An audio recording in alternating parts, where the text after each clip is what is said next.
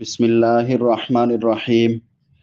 سورۃ البقرہ آیت نمبر 180۔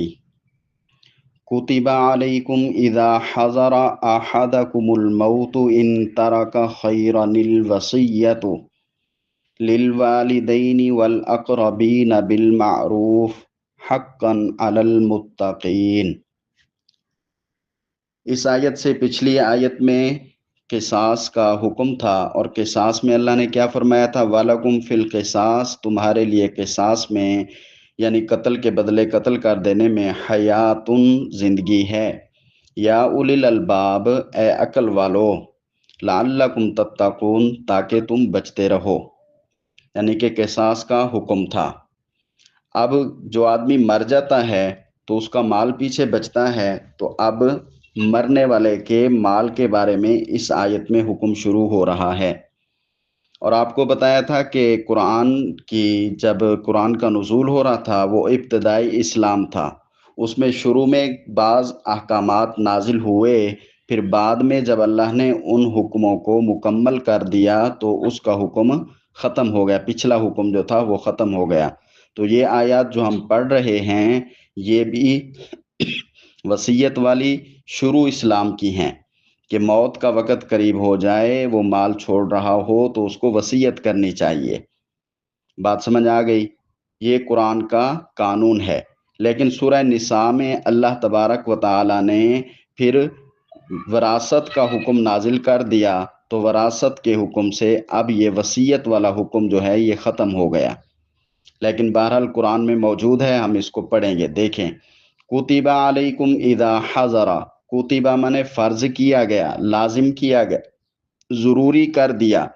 علیکم، علی مانے پر، کم مانے تم سب پر، اذا مانے جب جس وقت، حضر مانے حاضر ہو، الموت موت، جب موت حاضر ہو یعنی موت کے قریب ہو، موت کا وقت قریب ہو، تو پھر اس پر فرض کیا گیا ہے۔ کیا فرض کیا گیا ہے؟